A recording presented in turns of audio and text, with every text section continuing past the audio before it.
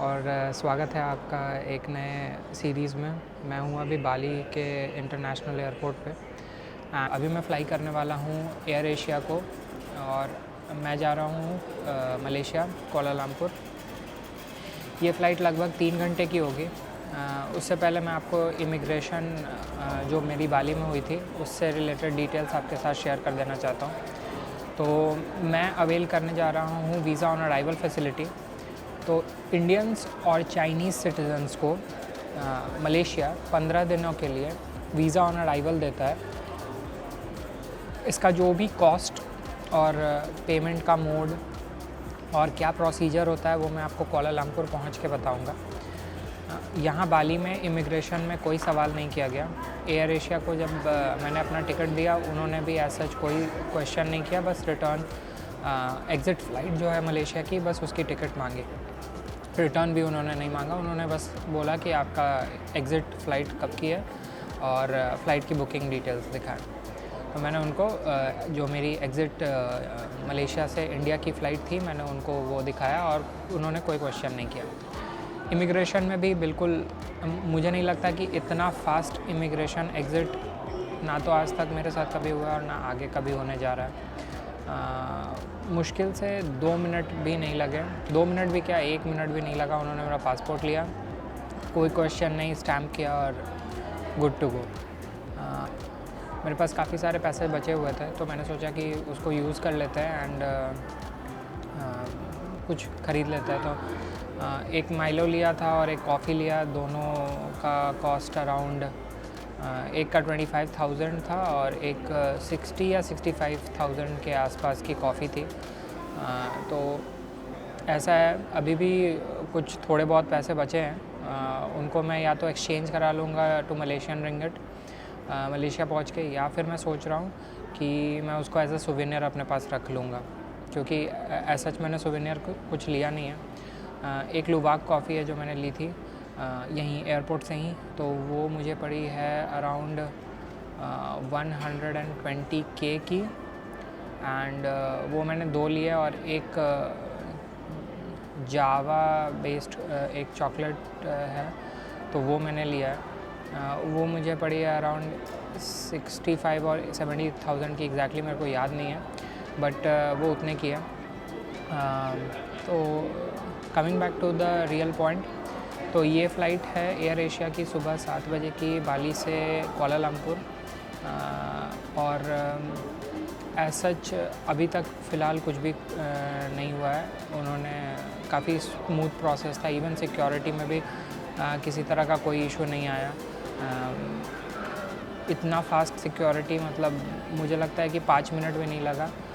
मैंने अपना बैग पूरा का पूरा ट्रे में डाल दिया with all my electronic gadget और उन्होंने मतलब एक बार भी निकलवाया भी नहीं। बस एक मेरी डिओड्रेंट की बॉटल थी तो जस्ट टू चेक कि वो 100 ml है या नहीं, तो उन्होंने बस उस डिओड्रेंट के बॉटल को बाहर निकलवा के उसका क्वांटिटी क्या है वो देखा और कितना ml है वो देखा, और उसके अलावा और कुछ नहीं। ना कोई क्वेश्चन ये क्या है, बैटरी क्या है, वायर क्यों है, ये किसका है, वो सब कुछ भी एक भी सवाल नहीं पूछा। इनफैक्ट जैसे कि हनोई में उन्होंने मेरे को वापस हेल्प किया था मेरे लगेज को मेरे बैग में डालने के लिए, जो भी मेरे इलेक्ट्रॉनिक इक्विपमेंट्स हैं उनको बैग में वापस डालने में हेल्प किया था। सिमिलरली यहाँ पे भी दो भीड़ कम थी बट उन्होंने भी मेरे को हेल्प किया। मेरे जो भी इलेक्ट्रॉनिक्स बाहर रखे हुए थे, वायर वगैरह जो भी एक्स्ट्रा बाहर थे, वो उन्होंने हेल्प किया उसको वापस बैग में डालने में। तो ये काफ़ी अच्छी बात थी। अब आगे मलेशिया में वीज़ा ऑन अराइवल का प्रोसेस क्या होता है, उसकी फ़ीस क्या होती है और कितने दिन की वैलिडिटी होती है, वो सारा प्रोसेस मैं आपको वहाँ एयरपोर्ट पहुँच के बताऊँगा। बाय द वे, ये इंटरनेशनल टर्मिनल है बाली एयरपोर्ट का, काफ़ी खूबसूरत टर्मिनल है, हर कुछ है अवेलेबल। ऐसा कुछ भी नहीं दिखा है जो कि अवेलेबल नहीं है यहाँ पर। काफ़ी सारे स्टोर्स है, ड्यूटी फ्री शॉप है, वहाँ से आप जाके परचेज़ कर सकते हो, सोवेनियर्स वगैरह ख़रीद सकते हो।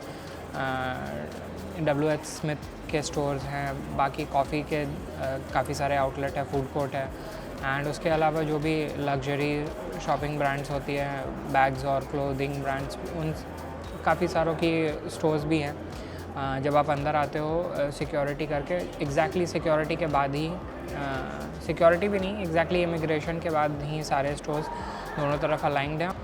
एयर एशिया के साथ मेरा एक्सपीरियंस पहले भी हुआ है, जब मैं थाईलैंड से इंडिया आ रहा था, तो एक्सपीरियंस डिसेंट था। उसके बाद नेक्स्ट जो पॉइंट आता है वो है ड्रोन का। तो ड्रोन को मैंने चेक इन लगेज में ही डाला है यहाँ पे, और किसी तरह का कोई क्वेश्चन नहीं किया गया। मैंने उनको बोला बस बैग में फ्रेजाइल टैग ऐड करने को, उन्होंने बैग में फ्रेजाइल टैग ऐड कर दिया। स्कैन बैग हुआ था तो उसमें भी ऐसा कोई क्वेश्चन पूछा नहीं। एंड बाकी जो ड्रोन की बैटरीज़ और आरसी है वो सारा कुछ मेरे पास है, मेरे साथ मेरे केबिन लगेज में जाएगा। तो वो भी काफ़ी स्मूथ और स्ट्रीमलाइन प्रोसेस था। मुझे तो अभी तक कोई भी इशू ऐसा फेस करनी नहीं पड़ी इस चीज़ को लेकर। अब फ़्लाइट बोर्ड करने का टाइम हो गया, तो अभी जाते हैं फ़्लाइट बोर्ड करते हैं। एंड इन फ़्लाइट एक्सपीरियंसेस को और मलेशिया पहुंच के वहाँ के वीज़ा ऑन अराइवल और वीज़ा ऑन अराइवल फ़ी के पेमेंट और इमिग्रेशन के प्रोसेस को मैं आपको वहाँ पहुँच के बताऊँगा।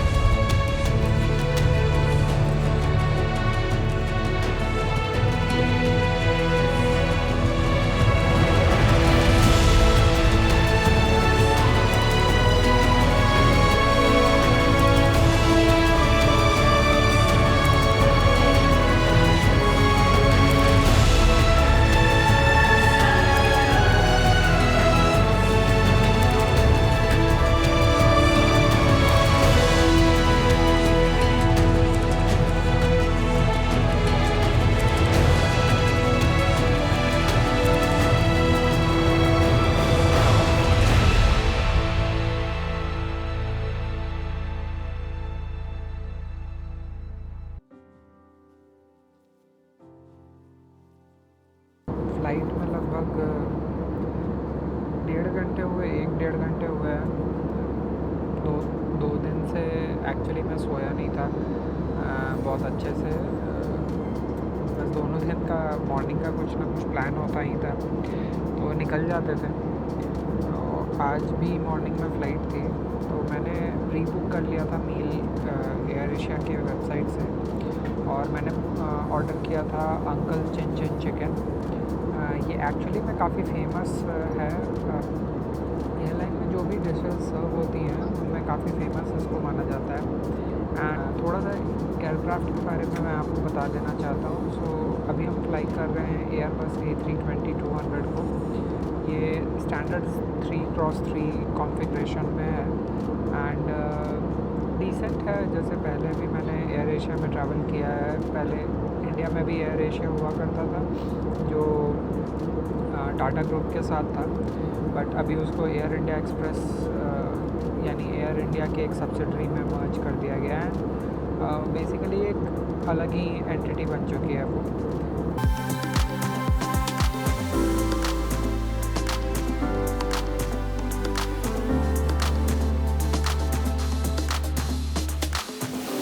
अभी तकरीबन 1.5 घंटे हुए हैं इस फ्लाइट में एंड लगभग उतना ही टाइम बाकी है कुआलालंपुर पहुंचने में। तो देखते हैं कुआलालंपुर में वीज़ा ऑन अराइवल और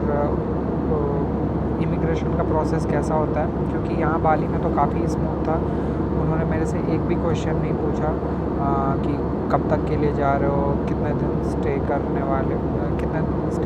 वाले हो और टिकट्स दिखाओ। ऐसा इमिग्रेशन में कोई क्वेश्चन नहीं था। इनफैक्ट एयरलाइन की तरफ से भी काफ़ी कैजुअल रिस्पांस था इस चीज़ को लेकर। उन्होंने बस सिंपली मेरे से एक चीज़ पूछी कि आपका मलेशिया से एग्ज़िट कितने दिन के बाद का है, अगर फ़्लाइट है तो फ़्लाइट टिकट दिखा दो। मैंने उनको फ़्लाइट टिकट दिखा दी थी और उन्होंने बोर्डिंग पास दे दिया और कोई भी सवाल नहीं पूछा। स्पेशली एक और चीज़ मैं मेंशन करना चाहूँगा यहाँ पे कि मेरा जो टोटल चेक इन लगेज था तो वो 21 पॉइंट समथिंग kgs का था, लगभग 1.5-2 किलो एक्स्ट्रा था।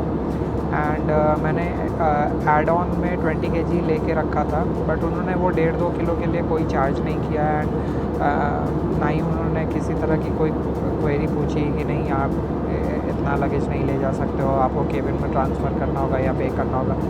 बट ये इंडिया में थोड़ा सा प्रॉब्लम होता है, इंडिया में ये थोड़ा सा प्रॉब्लम होता ही है। वहाँ पे काफ़ी बार ऐसा हुआ है कि एयरलाइंस ज़बरदस्ती करती हैं कि नहीं सर 2 किलो ज़्यादा है, 3 किलो ज़्यादा है या 1.5 किलो ज़्यादा है, आपको इसका प्राइस पे करना पड़ेगा।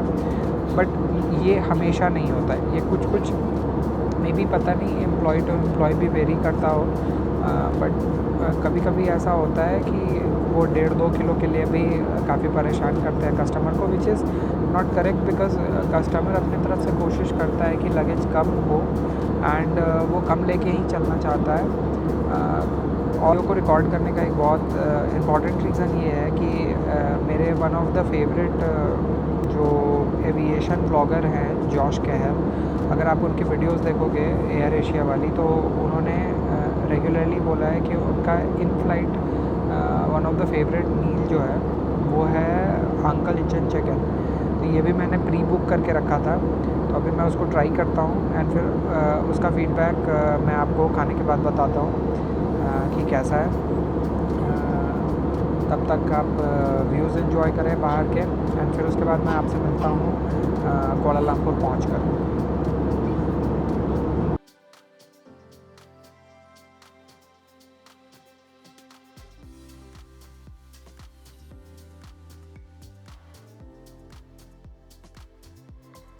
मलेशिया पहुँचने से पहले मलेशिया के बारे में थोड़ा सा फैक्ट्स हैं जो मैं शेयर करना चाहता हूँ। तो पहले तो मलेशिया जो है वो सितंबर 16, 1963 में फॉर्म हुआ था विथ साबा, सारावाक, मलय पेनिनसुला और सिंगापुर के यूनिफिकेशन से। इसमें से सिंगापुर जो है वो 1965 में सेपरेट हो गया था। ये जो फॉर्मेशन हुई थी ये बेसिकली की गई थी रीजन में इकोनॉमिक ग्रोथ और पॉलिटिकल स्टेबिलिटी और एथनिक डाइवर्सिटी को और हार्मनी को मेंटेन करने के लिए। पूरे के पूरे मलेशिया में सबसे बड़ी एथनिसिटी जो एथनिक ग्रुप जो है वो मलाइज हैं and they have the majority of population. इसमें जो उनका कैपिटल सिटी है which is federal territory of Kuala Lumpur जी। तो कैपिटल जो सिटी है वो पूरा का पूरा एक एरिया है जिसको बोलते हैं federal territory of Kuala Lumpur. Kuala Lumpur जो है वो बहुत छोटा सा एक शहर था और टिन सेटलमेंट, टिन की बेसिकली माइनिंग होती थी एंड उसके माइनिंग के लिए जिन लोगों को लेबरर्स को वहाँ पे रखा गया था तो उनके थ्रू कोलालमपुर का इनिशियल सेटअप हुआ। कोलालमपुर जो वर्ड है वो डेराइव हुआ है 2 वर्ड से, क्वाला जो कि मलय में है और क्वाला मीन्स होता है confluence in Malay and Lumpur means होता है मडी रिवर जंक्शन, जो एक कॉन्फ्लुएंस पॉइंट भी है काफ़ी फेमस। इवनिंग में लाइट शो होती है वहाँ पे। मैं कोशिश करूँगा कि उस लाइट शो के पास इवनिंग में शाम को 7:30, 8 बजे के आसपास वो होता है, तो वो भी मैं आपको दिखाऊँगी। तो बेसिकली जो मलयस थे वो काफ़ी अर्ली सेटलर्स और ट्रेडर्स थे इन द रीजन। अगर ऐसा आप मलेशिया को देखोगे तो मलेशिया जो है वो कंसिस्ट करता है 3 रीजन में, मेन उसका मलेशियन पेनिनसुला है। उसके अलावा बोर्नियो का एक रीजन है जहाँ पे ओरंगुटैंस और बाकी जो वाइल्ड लाइफ और फ्लोरा एंड फौना है वो काफ़ी फेमस है। और आसपास आइलैंड है जो कि जैसे कि ये लंकावी एक आइलैंड है। तो ये सारे रीजन को कंसिस्ट करके बनाया गया। स्लोगन थी काफ़ी पहले, काफ़ी फेमस हुई थी। टूरिज़्म मलेशिया ने स्टार्ट किया था, मलेशिया ट्रूली है एशिया। तो उसका एक बहुत बड़ा रीज़न ये है कि सिंस काफ़ी सारे एथनिक डाइवर्सिटी के लोग और मल्टीकल्चरल लोग यहाँ आके जब उन्होंने बसना शुरू किया बिकॉज ऑफ जॉब और बिकॉज ऑफ सेटलमेंट्स, तो उसके वजह से टूरिज़्म जो बोर्ड थी उन्होंने इस चीज़ उसको प्रमोट करने के लिए स्लोगन बनाया, Malaysia truly Asia. That means पूरे एशिया के अलग अलग जगहों से लोग आके यहाँ पे बसे हुए हैं and they live in peace and harmony. तो उन्होंने ये जो डाइवर्सिफिकेशन ऑफ कल्चर था और इसके जो कॉन्फ्लुएंस है इन मलेशिया उसको प्रमोट करने की कोशिश की है थ्रू ये एड कैंपेन। काफ़ी फेमस था मलेशिया ट्रूली एशिया। एंड अभी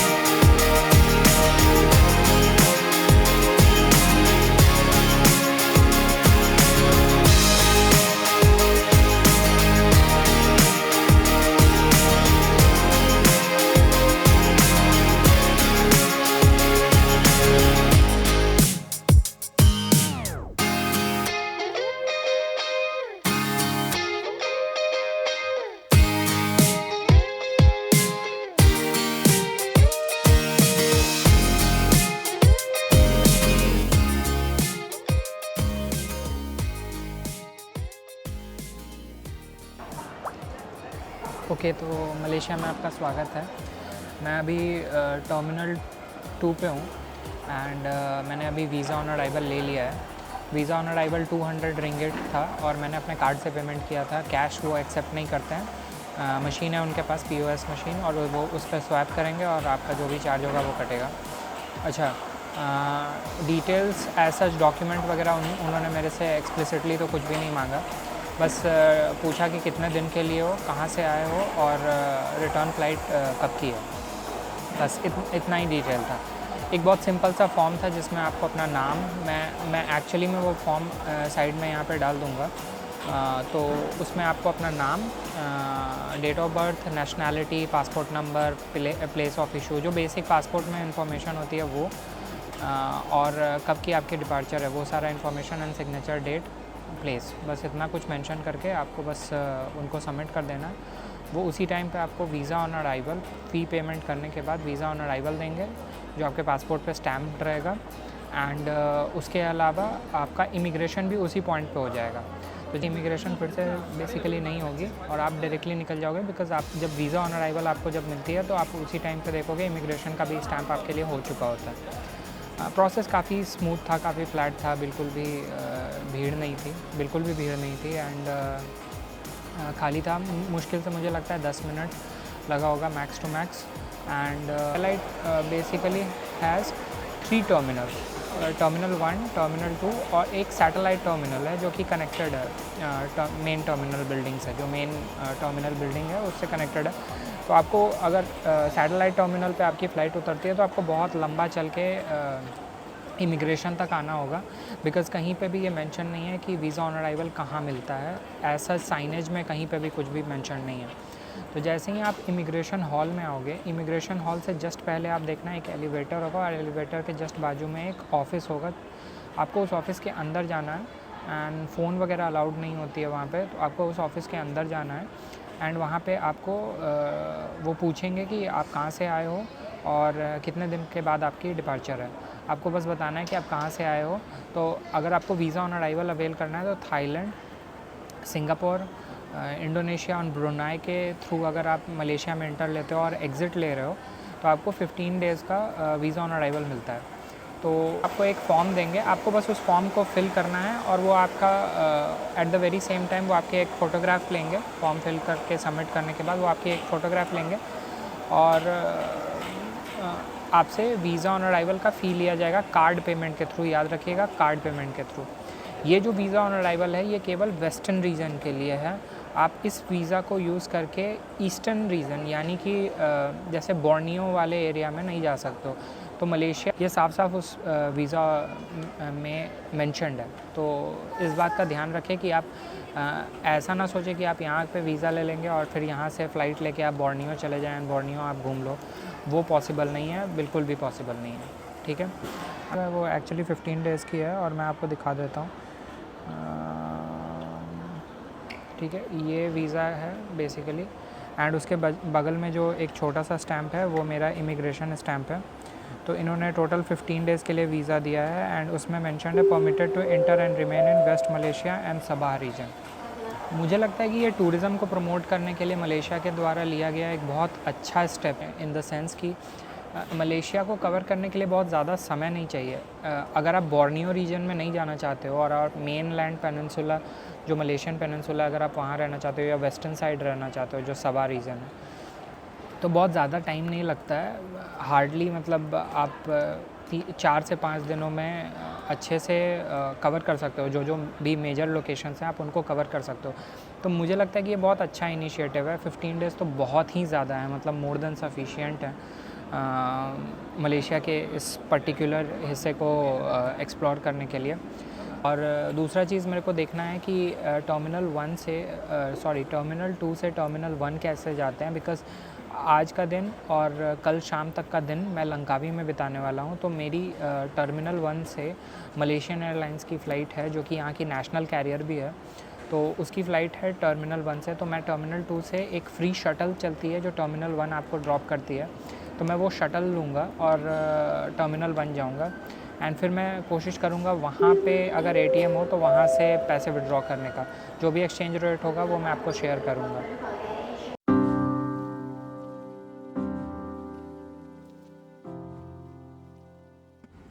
जिस वक्त मैं मलेशिया ट्रैवल कर रहा था, मलेशिया ने इंडियंस के लिए वीज़ा एग्जम्पशन नहीं इंट्रोड्यूस की थी। वीज़ा एग्जम्पशन इंडियंस के लिए दिसंबर 1, 2023 से स्टार्ट हुई। ये 31 दिसंबर 2024 तक चलने वाला है। तो इस बीच अगर आप मलेशिया ट्रैवल करते हैं तो आपको वीज़ा फ्री एंट्री मिलेगी। वीज़ा फ्री एंट्री का मतलब मलेशिया पहुंचने के बाद आपके पासपोर्ट पे वीज़ा स्टैम्प नहीं किया जाएगा। आप डायरेक्टली इमिग्रेशन की लाइन में जाओगे एंड वहाँ से आप मलेशिया में एंटर कर सकते हो। प्रोसेस में कुछ डॉक्यूमेंट्स हैं जो मैंडेटरी हैं, उनसे रिलेटेड जो डिटेल्स है वो मैं अब आपके साथ शेयर कर रहा हूँ। पहला तो पासपोर्ट में आपके 6 महीने की वैलिडिटी होनी चाहिए, आपके पास कंफर्म्ड रिटर्न टिकट्स होने चाहिए, या फिर पॉइंट ऑफ एग्ज़िट प्रूफ करने का आपके पास एक सब्सटैंशियल प्रूफ होना चाहिए। पॉइंट ऑफ एग्ज़िट प्रूफ करने का सब्सटैंशियल एविडेंस मतलब कि आप मलेशिया को एग्ज़िट करके किसी दूसरे कंट्री में जा रहे हो। इसके अलावा आपके पास कंफर्म्ड होटल बुकिंग्स होनी चाहिए और प्रूफ ऑफ फाइनेंशियल मीन्स होने चाहिए। आप अपना क्रेडिट कार्ड का स्टेटमेंट या बैंक स्टेटमेंट इमिग्रेशन पे पूछे जाने पे शो कर सकते हो। मैंने जितने भी इंसिडेंट्स सुने हैं, यूजुअली इमिग्रेशन में इंडियंस से होटल एकोमोडेशन की डिटेल्स मांगी जा रही है, तो इस चीज़ का ध्यान रखें कि आपके पास होटल एकोमोडेशन प्रूफ ज़रूर हो। आप मैक्सिमम लेंथ ऑफ स्टे जो है वो 30 डेज़ का कर सकते हो। इससे ज़्यादा का स्टे इस वीज़ा एग्जम्पशन पॉलिसी के साथ आपको मलेशिया में नहीं मिलेगी। आप अपने वीज़ा को एक्सटेंड नहीं कर सकते हो। काफ़ी सारे लोगों की क्वेरी है कि क्या मैं मलेशिया केवल एयरपोर्ट से ही एंटर कर सकता हूँ। तो ऐसा बिल्कुल भी नहीं है। आपकी port of entry airport, sea port और लैंड पोर्ट तीनों ही हो सकते हैं। आने वाले वीडियोस में मैं आपको दिखाऊंगा कि कैसे लंकावी में एक बहुत ही इम्पॉर्टेंट फेरी टर्मिनल है जहां से इंटरनेशनल फेरीज़ भी ऑपरेट होती हैं। इसके अलावा आप सिंगापुर या थाईलैंड के रास्ते मलेशिया लैंड पोर्ट से एंटर कर सकते हो और आपको वीज़ा एग्जम्पशन पॉलिसी वहाँ पे भी वैलिड होगी। अराइवल कार्ड को डिजिटली फिल करने के वेबसाइट का लिंक डिस्क्रिप्शन में भी मेंशन कर दूंगा। मुझे उम्मीद है कि ये दोनों ही डिटेल्स आपको मलेशिया में वीज़ा ऑन अराइवल या वीज़ा फ्री ट्रैवल करने में हेल्प करेगी। अगर इसके बाद भी आपको किसी भी प्रकार की कोई भी क्वेरी रहती है तो आप वो मुझसे कमेंट बॉक्स में मेंशन करके पूछ सकते हो। दोनों ही डिटेल्स इसलिए शेयर करना चाहता था क्योंकि अभी करंट नोटिफिकेशन दिसंबर 31, 2024 तक के लिए एप्लीकेबल है। अगर इस वीज़ा फ्री एग्जम्पशन पॉलिसी को एक्सटेंड नहीं किया जाता तो वो लोग जो इस वीडियो को 31 दिसंबर 2024 के बाद देखते हैं उनके लिए वीज़ा ऑन अराइवल की ये पॉलिसी शायद हेल्पफुल होगी।